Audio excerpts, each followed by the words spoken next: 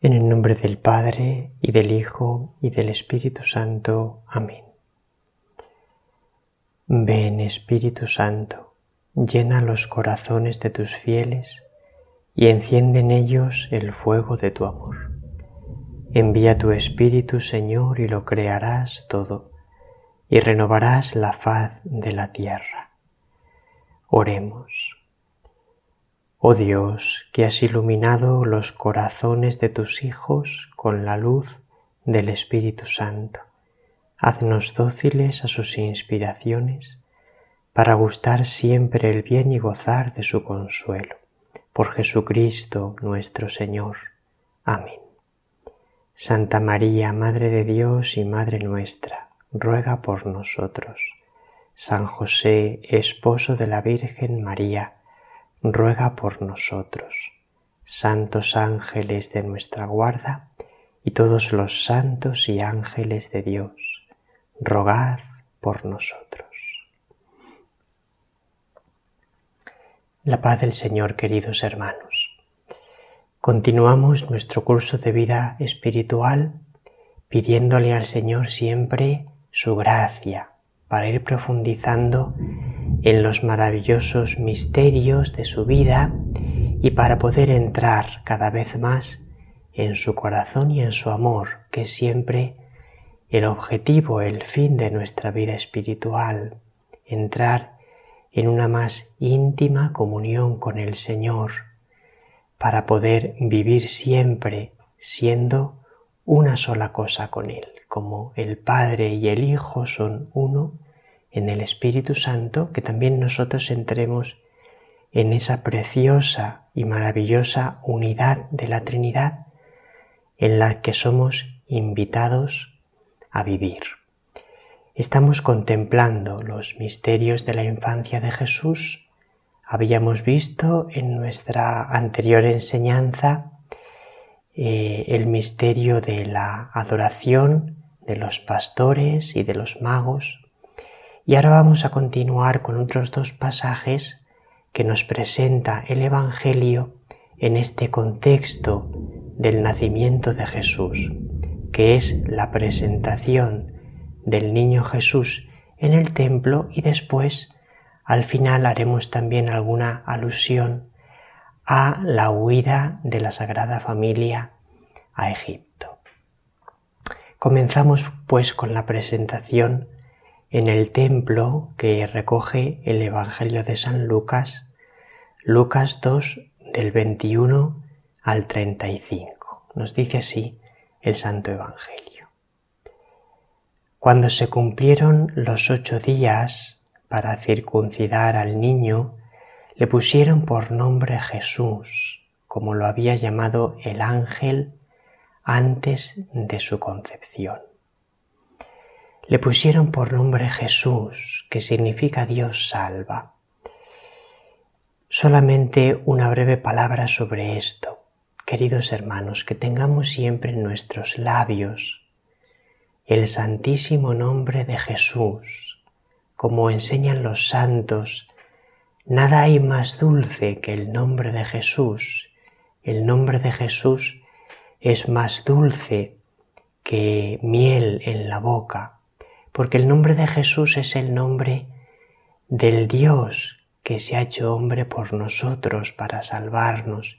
Y cuando repetimos con amor, con devoción, con fe, este nombre con frecuencia en nuestra vida, nos hace un bien enorme porque nos acostumbramos a vivir siempre con Él, tenerle siempre presente. El dulce nombre de Jesús, invocarle mucho. Jesús le enseñó a Santa Faustina Kowalska, junto con la imagen que él quería que se pintase, de la cual de su corazón salen esos rayos de luz, luz blanca y luz roja, el agua y la sangre que brotaron del corazón de Jesús en la cruz y del corazón de Jesús crucificado, y le dijo Jesús a Santa Faustina Kowalska que debajo del cuadro estuviese esa inscripción: Jesús, confío en ti. Jesús, el nombre de Jesús, confío en ti. Podemos repetir con mucha frecuencia esta invocación: Jesús, confío en ti. Y tantas otras jaculatorias con el nombre de Jesús. Continuamos.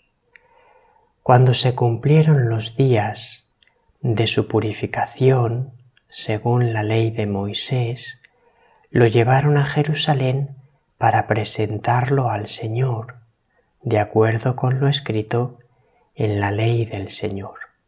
Todo varón primogénito será consagrado al Señor. Y para entregar la oblación, como dice la ley del Señor, un par de tórtolas o 2 pichones. La circuncisión del niño tenía lugar en la casa familiar, en el ámbito del hogar, con lo cual no era la presentación que después se hacía del niño, del primogénito, en el templo. Ellos van después, cuando se cumplieron los días de su purificación, al templo de Jerusalén, el gran lugar de la presencia del Señor, el templo que el Señor había mandado construir a su pueblo para honrar allí su nombre y su presencia. Como hemos visto en anteriores meditaciones, cuando el Hijo de Dios entra en el mundo, entra ofreciéndose al Padre, con una ofrenda total de su persona, de su vida, al Padre Celestial por nuestra santificación, como recoge la carta a los Hebreos. Cristo, al entrar en el mundo, dijo: «Tú no quieres sacrificios ni ofrendas, pero me has preparado un cuerpo. He aquí que vengo, oh Padre, para hacer tu voluntad». Es el ofrecimiento del Verbo, del Hijo de Dios, al entrar en el mundo, al encarnarse, se ofrece. Pero una vez que ya ha nacido, hecho hombre como niño en Belén, sus padres tienen que cumplir lo que prescribía la ley de Moisés, que es que todo primogénito varón será consagrado, ofrecido al Señor. Y María y José se nos presentan aquí como fieles cumplidores de la ley de Dios. El fiel cumplidor de la ley de Dios no es aquel que la cumple simplemente de manera externa, diríamos, observando externamente unas normas, unos mandatos, unos ritos. El fiel cumplidor de la ley de Dios es el que tiene la ley profundamente asimilada en su interior y la cumple no viéndola como un mandato externo, sino como algo que brota desde dentro. La ley es asumida profundamente y brota desde dentro la vivencia de la ley, que es como nosotros tenemos que aprender a vivir nuestra vida cristiana, nuestra vida de seguimiento del Señor, en la cual la ley ocupa un lugar importante. La ley expresada fundamentalmente en los 10 mandamientos de la ley de Dios. En la vida cristiana, la ley, los mandamientos, tienen una importancia fundamental y así lo ha enseñado siempre la tradición de la Iglesia, el magisterio, siguiendo la enseñanza de la Sagrada Escritura. Pero la ley no debe ser cumplida como mero cumplimiento externo de unas normas, sino tenemos que ir aprendiendo a asimilar en nuestro corazón lo que me pide la ley de Dios. De manera que yo voy comprendiendo que la ley es buena para mí. No es un mandato que se me impone y que me resulta amargo, sino que es el camino amoroso que mi Padre Celestial me ha enseñado para vivir junto a Él, para que mi corazón se vaya librando del pecado y asimilando aquello que es bueno y grato a Dios. Y yo quiero vivir la ley no porque me lo mandan y tengo que aguantarme, sino porque mi mayor alegría es vivir con Dios, vivir cerca de Él, vivir en su amistad, y los mandamientos de la ley de Dios me enseñan el camino. Luego, en la vida cristiana, cuando el Espíritu Santo va tomando posesión de nosotros, cuando nuestra vida se va espiritualizando, es decir, llenando más del Espíritu de Dios, nos vamos transformando más en Jesús. El cumplimiento de la ley nos resulta cada vez más fácil y gozoso, y se da incluso un paso más allá del cumplimiento de los mandamientos. No simplemente uno busca cumplir los mandamientos, sino agradar en todo a Dios, incluso en cosas que no están prescritas por los mandamientos, pero uno va aprendiendo que son agradables a Dios. Hay ciertos consejos que el Señor nos da en el Evangelio o ciertas vivencias en el camino espiritual que uno puede ir aprendiendo y que sin estar mandados en la ley de Dios uno va viviendo porque entiende que le ayudan a estar más cerca de Dios, y en ese sentido diríamos la entrega es mayor que simplemente el cumplimiento de los mandamientos para evitar el pecado.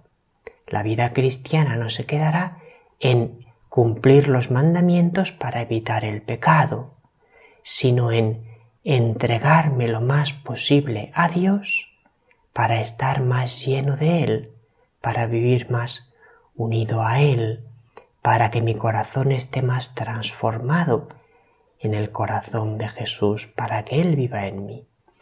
Pues es de esta manera como tenemos que entender el cumplimiento de la ley que vemos en María y en José. Ellos cumplen lo establecido en la ley de Moisés, pero lo cumplen de corazón. De manera que aquí, por ejemplo, no lo ven como una carga que se les impone, pues ahora vaya contrariedad o vaya fastidio, si me permitís la expresión, tener que coger al niño, ir al templo, presentarlo, vaya jaleo, sentirlo como una carga, no, sino como un gozo, el gozo de ofrecer al niño al Padre Celestial. La ley me enseña algo que es hermoso. La vida es para ofrecerla a Dios. Los niños que nacen son de Dios. Si todo es de Dios, cuánto más un nuevo niño, una nueva persona humana que viene a la vida. Es de Dios de una manera muy especial, porque Dios la ha creado con un inmenso amor para que sea su hijo, para que pueda vivir en su amor, y los padres reciben al niño que les ha nacido como don de Dios y se lo ofrecen. Padre, el hijo que tú nos has dado es tuyo, te lo ofrecemos. Queremos que viva siempre unido a ti, que sea para ti, que viva siempre lleno de ti, en tu ley, en tu amor, y te lo ofrecemos. Y así, María y José van a ofrecerle al Padre Celestial al niño Jesús que había nacido hacía unos 40 días, que es cuando se solía hacer la presentación del niño, la purificación de su madre.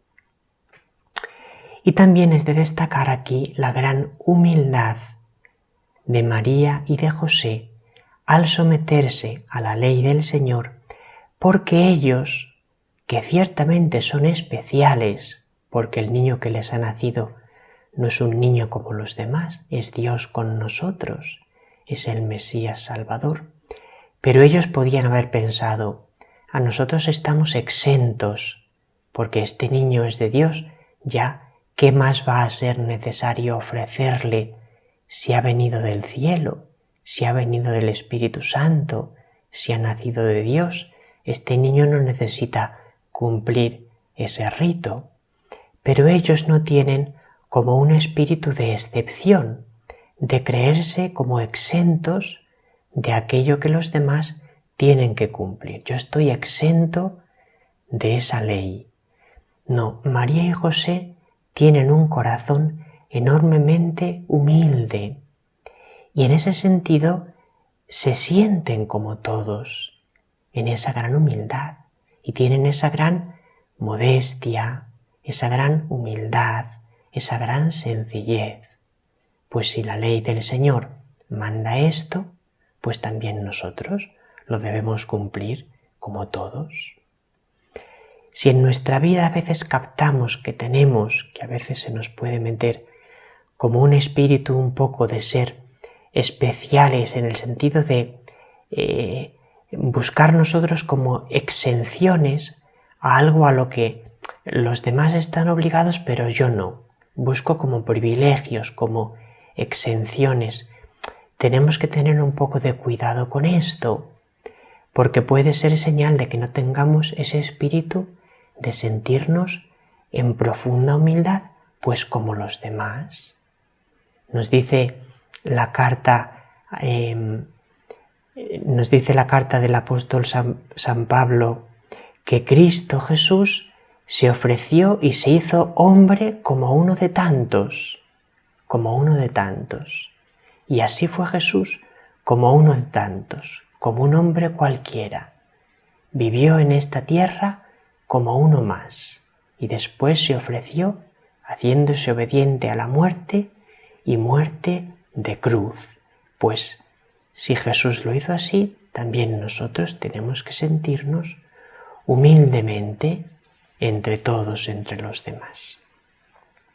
Lo explica de un modo muy hermoso el padre Luis María Mendizábal en su libro Los misterios de la vida de Cristo, hablando de esta humildad, de esta sencillez de la Sagrada Familia. Dice el padre Mendizábal: este paso de la antigua a la nueva alianza se realiza de la manera más sencilla y modesta.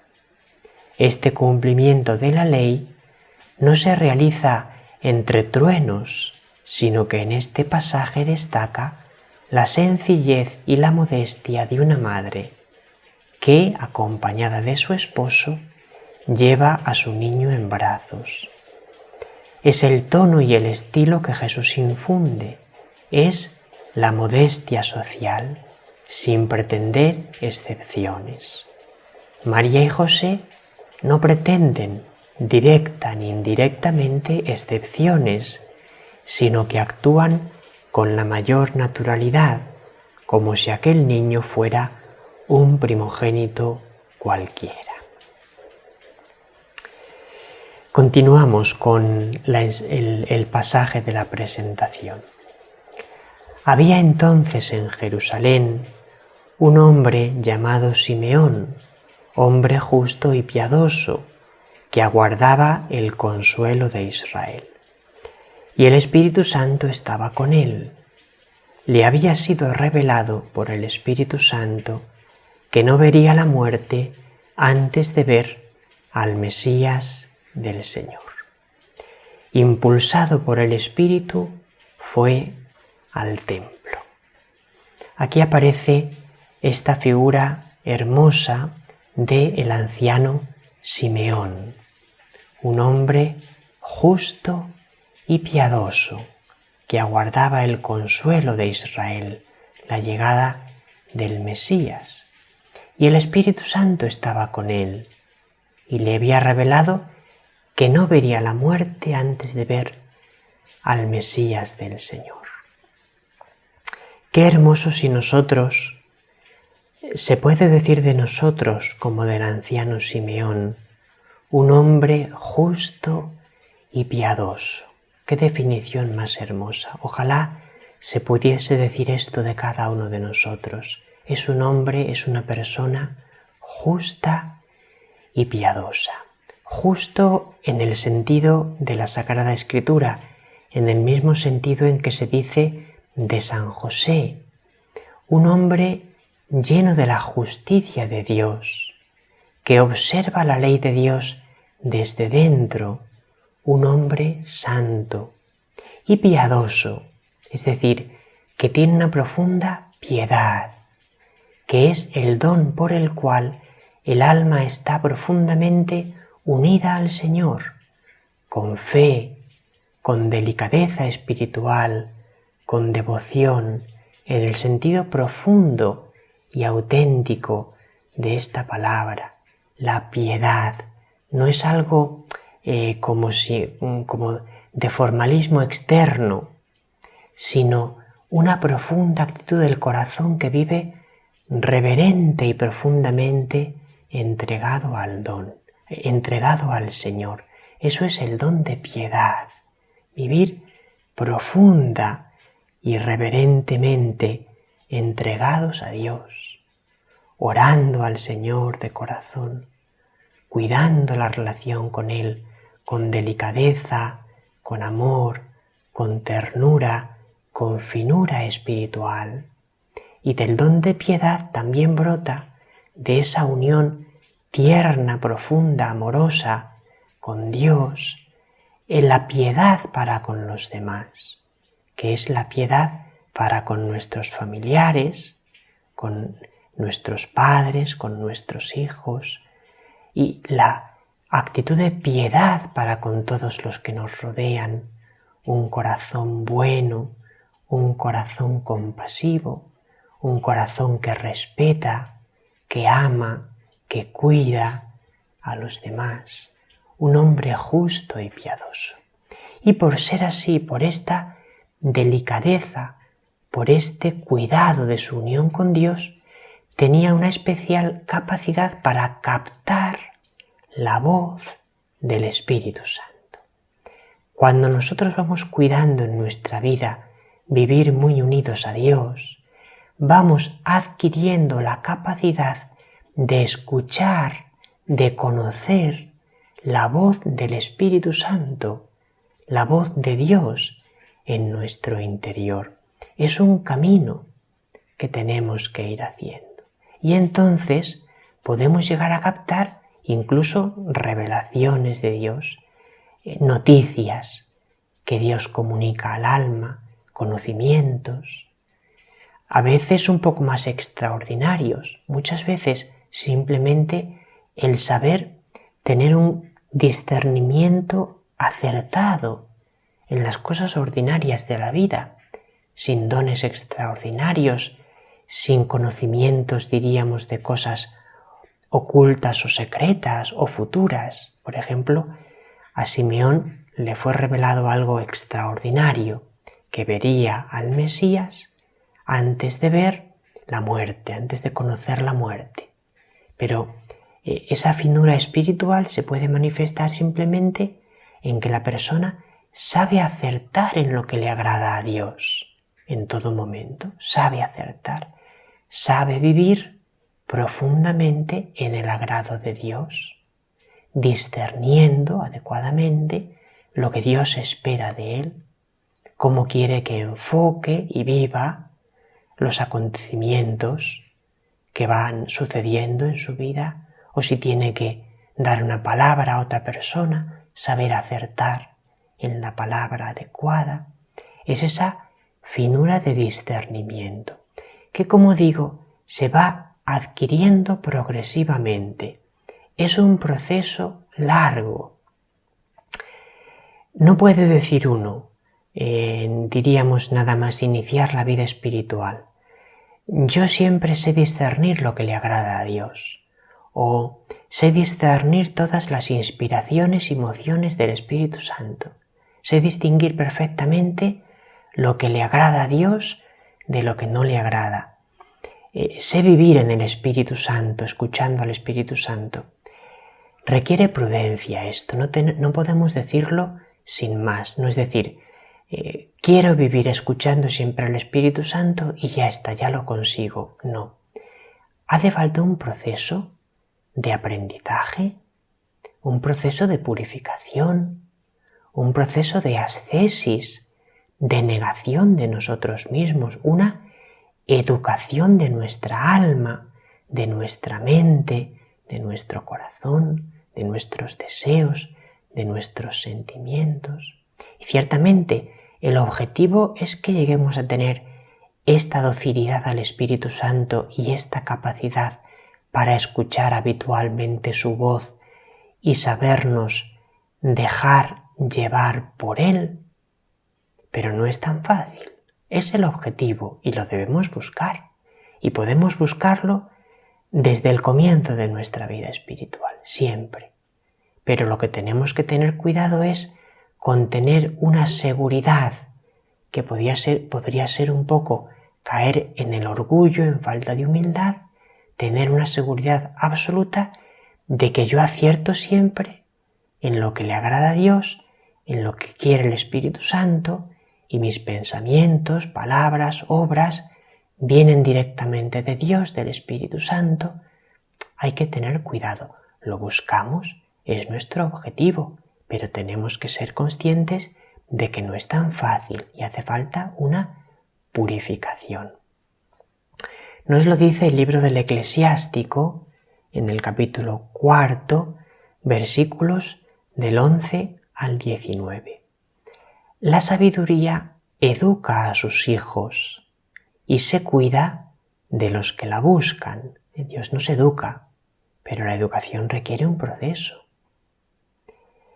El que la ama, ama la vida, y los que madrugan por ella se llenarán de gozo. Por tanto, hay que esforzarse, hay que madrugar por ella, hay que buscarla, hay que anhelarla.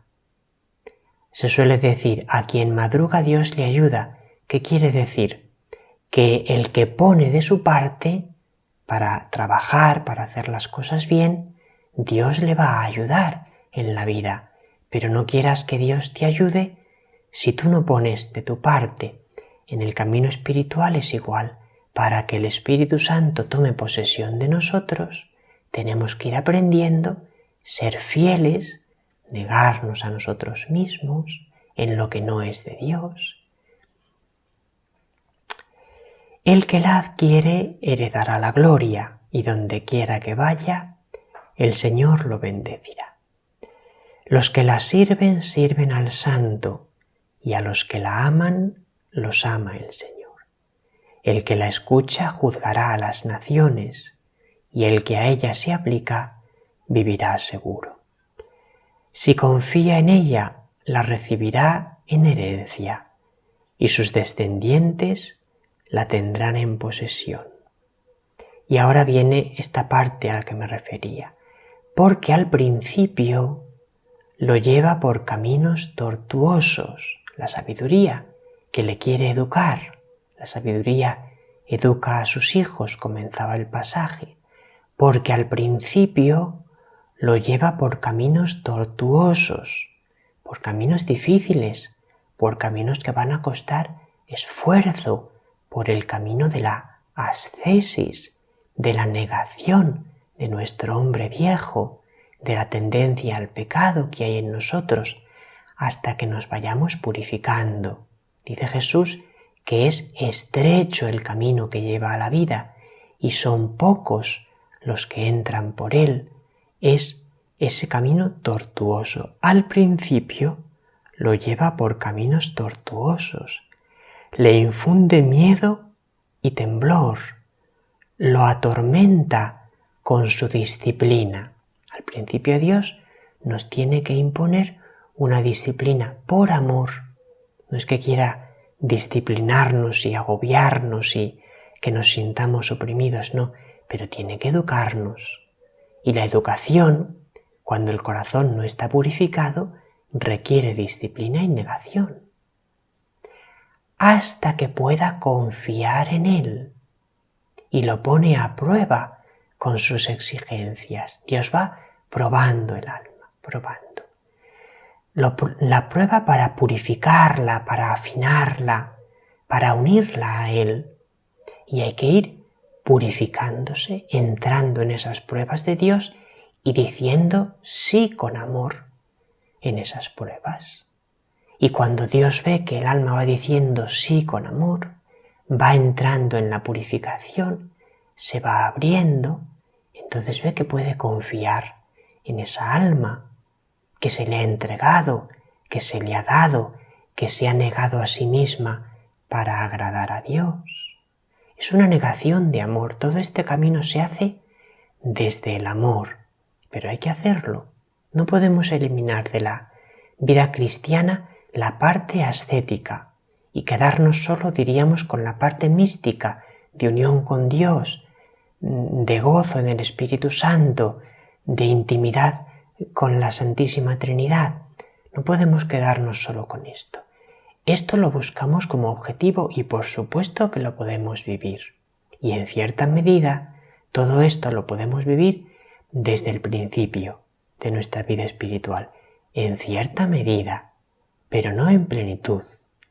A medida que nos vamos purificando, vamos entrando en el camino de Dios, vamos, diríamos, superando esas pruebas amorosas, pruebas de amor, esos caminos de amor y de purificación por los que Dios nos va haciendo entrar, se hace más realidad en nosotros ese reinado de Dios, de su Espíritu en nosotros, pero es un camino.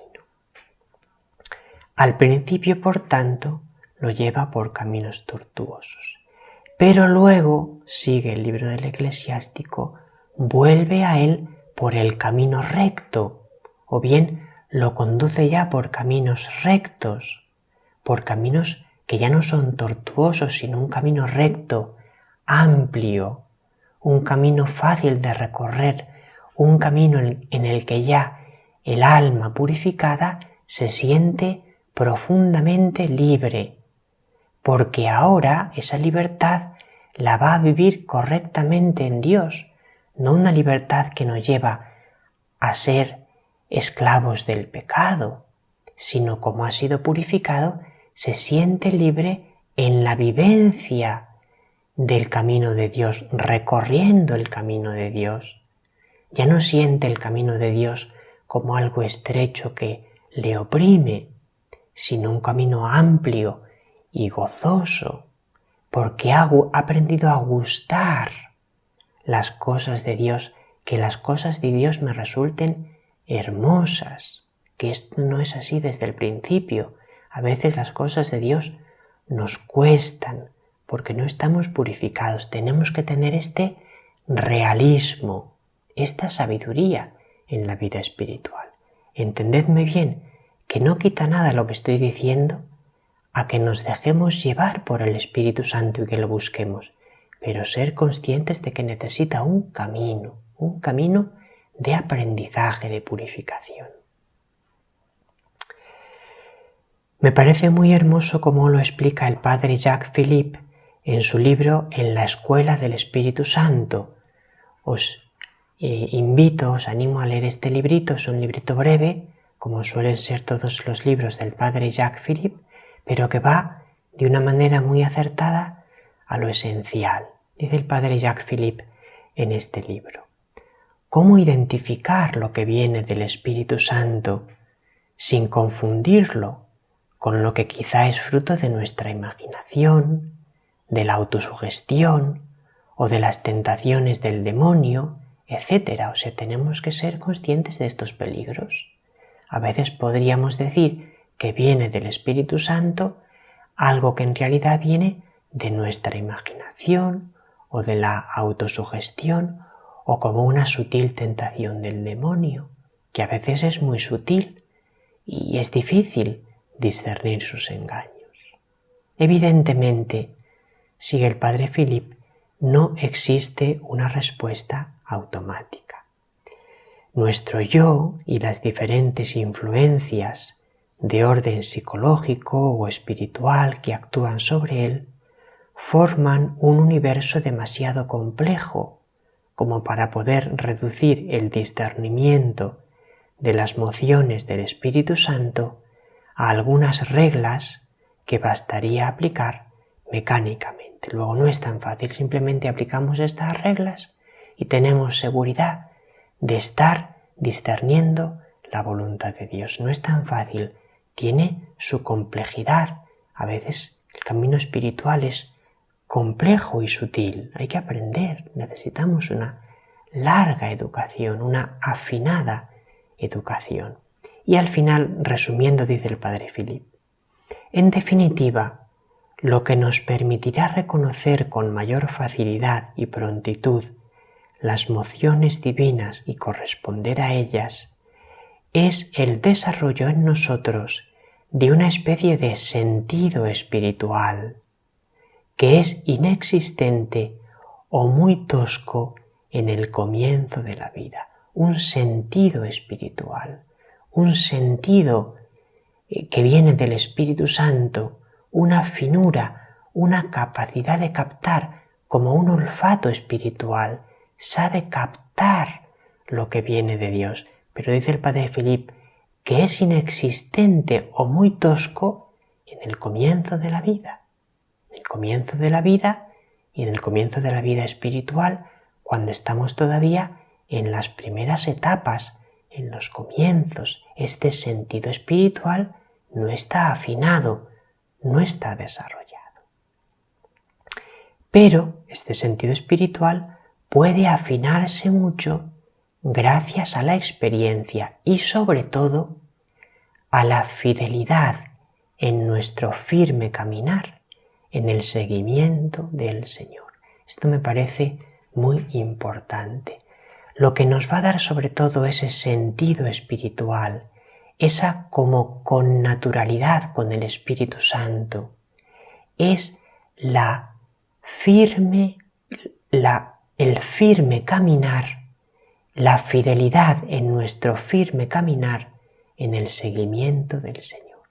La fidelidad, la constancia, mantenernos fieles al Señor, mantenernos en su camino, un día y otro, una semana y otra, un mes y otra, un año y otro. Es un camino largo en la vida. Y ¿no? Se va manteniendo fiel, se esfuerza por ser delicado, por agradar a Dios, y tendrá caídas, se levanta con amor y sigue buscando la fidelidad y sigue caminando. Y hay etapas muy distintas en la vida espiritual, etapas de consuelo, de gozo, de luz, etapas de oscuridad, de noche, de combate, y atraviesa con mucho agradecimiento y humildad las etapas de consuelo, de luz, de gozo, y da gracias a Dios reconociendo que son don suyo. Y en los momentos de profunda dificultad, que a veces son muy duros, se agarra al Señor, se aferra a Él, le suplica una y otra vez, con profunda humildad, dándose cuenta ahí más el alma de lo pobre que es y de que no puede nada sin su Señor.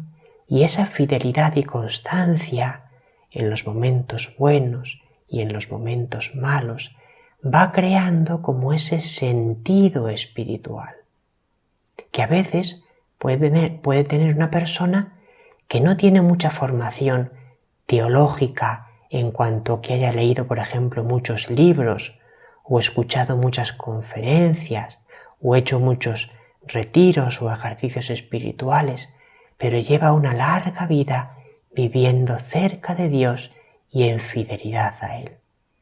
Y va adquiriendo como un sentido espiritual, como una connaturalidad con Dios, que se va generando en los años de seguimiento enamorado, ese seguimiento enamorado del Señor, con momentos mejores, con momentos peores, pero siempre buscando avivar el amor y la fidelidad en ese seguimiento del Señor. No me alargo más en este punto que tiene tanto que explicar. Si Dios quiere, a lo largo de nuestro curso tendremos ocasión de ir buscando cómo afinar en ese discernimiento. Veremos las reglas del discernimiento espiritual de San Ignacio de Loyola, las reglas del discernimiento de espíritus, y también volveremos a algunos consejos más del Padre Philippe y de algunos otros autores que nos pueden ayudar en este camino y en este ir adquiriendo ese sentido espiritual. Continuamos con el pasaje de la presentación en el templo. Y cuando entraban con el niño Jesús sus padres para cumplir con él lo acostumbrado según la ley, Simeón lo tomó en brazos y bendijo a Dios diciendo: Ahora, Señor, según tu promesa, puedes dejar a tu siervo irse en paz, porque mis ojos han visto a tu Salvador, a quien has presentado ante todos los pueblos, luz para alumbrar a las naciones y gloria de tu pueblo Israel. Es precioso este momento en que se cumple lo que el Espíritu Santo le había dicho a Simeón, que vería al Mesías. Y Simeón, que fue al templo impulsado por el Espíritu Santo, cuando vio a María con el niño y a San José, reconoció que ese era el Mesías esperado y se acercó a la Sagrada Familia. Y entonces lo toma en brazos al niño. María, José, se lo entregan y él bendice a Dios con esa preciosísima oración. Ahora, Señor, según tu promesa, puedes dejar a tu siervo irse en paz, porque mis ojos han visto a tu Salvador. ¡Qué hermosa oración! Nuestra Madre la Iglesia pone esta oración en el rezo de las completas, la última oración litúrgica del día, para concluir la jornada en ese profundo recogimiento en presencia del Señor. Y es muy hermoso acabar el día con estas palabras de Simeón. Ahora, Señor, según tu promesa, puedes dejar a tu siervo irse en paz, porque mis ojos han visto a tu Salvador. Y es verdad, si vivimos de veras nuestra vida espiritual, todos los días nuestros ojos ven al Salvador. Los ojos de la fe, no los ojos de la carne, pero con los ojos de la fe, todos los días podemos ver al Salvador. Nos dice Jesús: yo estoy con vosotros todos los días hasta el fin del mundo. Por tanto, todos los días nuestros ojos pueden ver al Salvador. Lo vemos en la Sagrada Escritura. Cuando la leemos con fe, Dios nos sale al encuentro, dialogamos con Él y el Padre nos presenta a su Hijo y nos hace verlo, especialmente en la lectura, la meditación, la contemplación del Santo Evangelio. Mis ojos han visto a tu Salvador porque te he visto en la Escritura. Mis ojos han visto a tu Salvador porque te he visto en los hermanos, en las personas que me rodean. Cada cosa que hacéis a uno de estos pequeños, a mí me la hacéis. En los hermanos que nos rodean está el Señor, especialmente en los pobres. Tuve hambre y me disteis de comer, tuve sed y me disteis de beber, estaba desnudo y me vestisteis, en la cárcel y enfermo y me visitasteis. En todos los necesitados está el Señor, y en todos los que sufren, cuando sufre un ser querido, un familiar, alguien a quien conocemos, y nosotros le acompañamos con cariño, procuramos ayudarle, aliviarle. Cada cosa que hacéis a uno de estos, mis humildes hermanos, a mí me lo hacéis. Mis ojos han visto a tu Salvador en las personas que me rodean en las que me estás esperando, en las que esperas que te dé mi amor porque tú mismo estás en ellas. Y mis ojos han visto a tu Salvador en mi comunidad cristiana, en la Iglesia, donde 2 o 3 están reunidos en mi nombre. Allí estoy yo en medio de ellos, en nuestra comunidad cristiana, en nuestra parroquia, en nuestro grupo, en nuestro movimiento, en definitiva en la Iglesia, que es siempre una familia de fe, de esperanza, de amor. Está Jesús en medio de ella. Y muy especialmente mis ojos han visto a tu Salvador en la Eucaristía, en la presencia eucarística. Qué hermoso si nosotros al final del día rezamos las completas y lo hacemos también con este matiz, con este aspecto. Ahora, Señor, según tu promesa, puedes dejar a tu siervo irse en paz, porque mis ojos han visto a tu Salvador en la Eucaristía, en la adoración eucarística. Mis ojos te han visto. Es la presencia por excelencia de Jesús. Las otras presencias que he enumerado también son reales y ahí está Jesús verdaderamente. Pero en la Eucaristía está su presencia de una manera excepcional, de una manera más excelente, porque está Jesús presente sustancialmente, con su cuerpo, sangre, alma y divinidad. Porque mis ojos han visto a tu Salvador. Te he visto hoy, Señor, hoy te he visto en la Eucaristía, en la adoración eucarística. He estado un rato sereno ante el Santísimo Sacramento expuesto en adoración o ante el sagrario, y mis ojos te han visto y tengo esta conciencia. Veo a Dios en la Eucaristía con los ojos de la fe. Y te veo muy especialmente en la Santa Comunión, cuando puedo recibir a Jesucristo en mi alma, que se hace vida de mi vida, que me transforma en Él por la comunión eucarística y me une a la Trinidad. Mis ojos te han visto en la Eucaristía, te he recibido en la comunión. ¿Cómo no voy a poder ir en paz, Señor, si lo tengo todo? Nosotros podemos llegar al final del día y sentirnos como vacíos, sentir nuestra vida como vacía, como que nuestra vida no tiene sentido, como que no tiene alegría, como que no me llena. Atención, cuidemos. Si siento como que mi vida está vacía, pero tengo a Dios, algo no encaja bien. ¿Cómo me voy a sentir vacío si tengo a Dios? ¿Cómo voy a sentir que no tengo nada en mi vida si tengo a Dios? ¿No será que es que estoy sintiendo mal, que mis sentimientos no están siendo capaces de captar la maravilla que tengo cada día, que quizá no estoy sabiendo valorarlo? Otra cosa es que Dios permita momentos en que el sentimiento está árido, pero entonces yo mismo le digo a mis sentimientos que no están siendo capaces de captar, pero no me dejo dominar por ellos.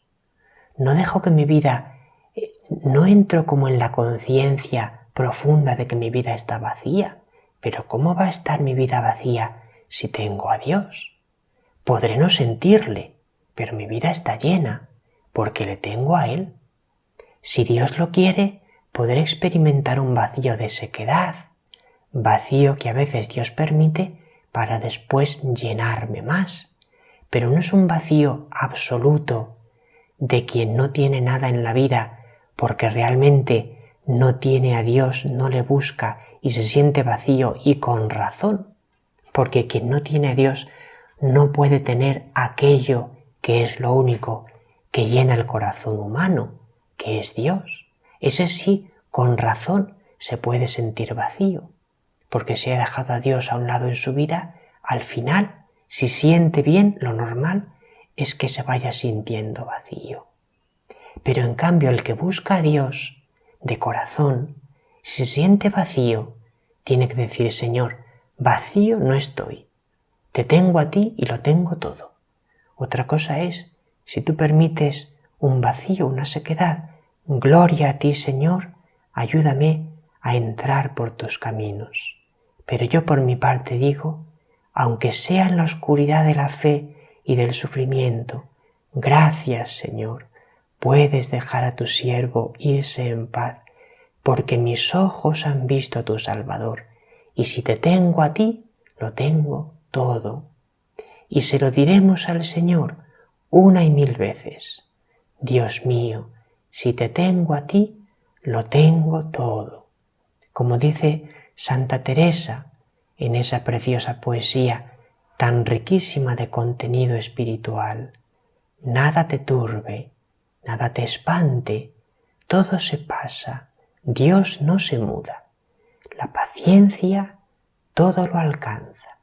Quien a Dios tiene, nada le falta, solo Dios basta.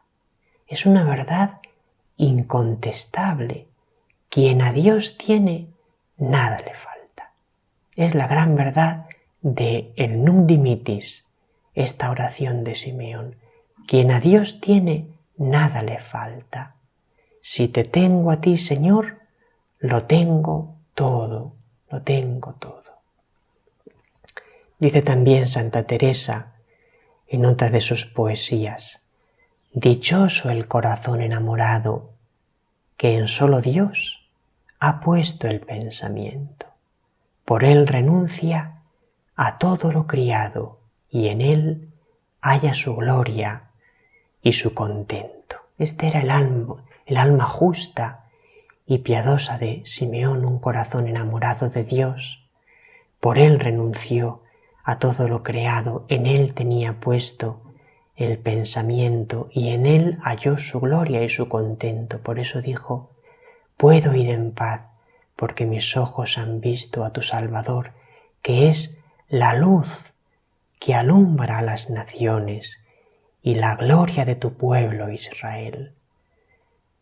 Jesús, tú eres mi luz, tú eres mi gloria, tú eres mi vida.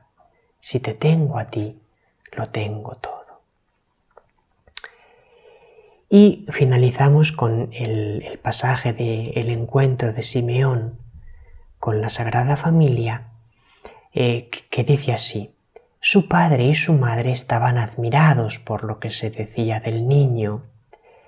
Simeón los bendijo y dijo a María su madre: este ha sido puesto para que muchos en Israel caigan y se levanten, y será como un signo de contradicción, y a ti misma una espada te traspasará el alma, para que se pongan de manifiesto los pensamientos de muchos corazones. Por tanto, el niño será signo de contradicción. Su misión será una misión de lucha, de combate. Habrá quienes estén por él, habrá quienes estén contra él. Será una bandera discutida, signo de contradicción. Y él, de esta forma, pondrá de manifiesto los pensamientos de los corazones, sacará a la luz lo profundo del corazón humano, que sale a la luz en este acoger a Dios o rechazarle, que es en último término la gran batalla de cada corazón, de cada sociedad, de cada cultura, de cada civilización, la gran batalla de la historia humana, por Dios o contra Dios, acoger el reinado de Dios o luchar contra Dios, y en último término someterse al reinado del mundo o de Satanás. Es la gran batalla.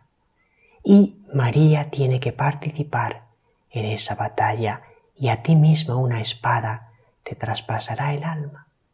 En unión con la misión de tu Hijo, el Salvador, que será bandera discutida, también tú tendrás que entrar en ese combate, en esa gran lucha, la lucha de la historia de la redención, en la que María, asociada de una manera particular al Redentor, ocupa ese lugar especialísimo que Dios le ha ofrecido. Y ahí también tenemos que entrar, queridos hermanos, cada uno de nosotros, en este camino de seguimiento del Señor. Como José y María, vivir esta vida de justicia, de santidad. Como el anciano Simeón, vivir buscando al Mesías, anhelando su llegada, su presencia en nuestra vida, poniendo en Él todo nuestro corazón, entregándonos completamente a Él y después participando de la misión del Redentor. Y esa misión es una misión de gloria y también de cruz, de gozo y de combate. Cada uno de nosotros también tiene que vivir esa espada que traspasa el alma o el corazón de modos muy distintos, con concreciones muy distintas, pero es colaborar con el Señor en la obra de la redención, hacernos también nosotros colaboradores del Redentor. Todo corazón que ha sido redimido tiene también que colaborar en la obra de la redención, porque es el designio de Dios y a eso nos llama. No entramos ya hoy en el pasaje de la huida a Egipto para no alargarnos demasiado y haceros esta invitación, hermanos, con mucho cariño, con mucho amor, con mucha alegría. Vayamos adelante en el camino del seguimiento del Señor. Entremos en estos caminos de amor, en esta escuela espiritual en la que vamos progresando, en la que vamos avanzando y en la que es tan hermoso poder irnos llenando cada vez más de Dios y estar poseídos por Él, estar divinizados. Es verdad que hay cruz, es verdad que hay ascesis, combate. Lo repito muchas veces, lo repito quizá tanto porque en nuestra época quizás se insiste poco en este aspecto ascético de la vida cristiana y es fundamental si queremos crecer de verdad en la vida espiritual, pero también lo repito mucho y lo quiero recalcar. La parte ascética no es lo fundamental en la vida cristiana. La negación, la renuncia, el esfuerzo por nuestra parte, todo eso es necesario, pero lo fundamental es el amor de un Dios tan bueno que ha venido a nuestro encuentro, el amor de un Dios que nos enamora, que nos conquista, que nos seduce, y ese corazón enamorado encuentra fuerzas en el amor para ir siguiendo el camino. Y aun en la misma cruz y en los momentos más dolorosos, el amor endulza las dificultades, dulcifica la presencia de Jesús, invocar su dulce nombre, la presencia de María, que tanto nos ayuda en los momentos de dificultad. O sea que muy por encima de las cruces, de las dificultades, de los sufrimientos, está el gozo del seguimiento enamorado del Señor. No hay alegría comparable a la alegría de seguir al Señor. Y la vida cristiana tiene su parte de cruz, es verdad, pero no es sobre todo cruz, es sobre todo el gozo de vivir con Dios, que es un gozo incomparable. Pues que la Virgen y San José nos ayuden e intercedan por nosotros para que entremos siempre en estos caminos maravillosos a los que el Señor nos llama y nos invita con tanto amor. Gloria al Padre y al Hijo y al Espíritu Santo, como era en el principio, ahora y siempre, por los siglos de los siglos. Amén. Madre en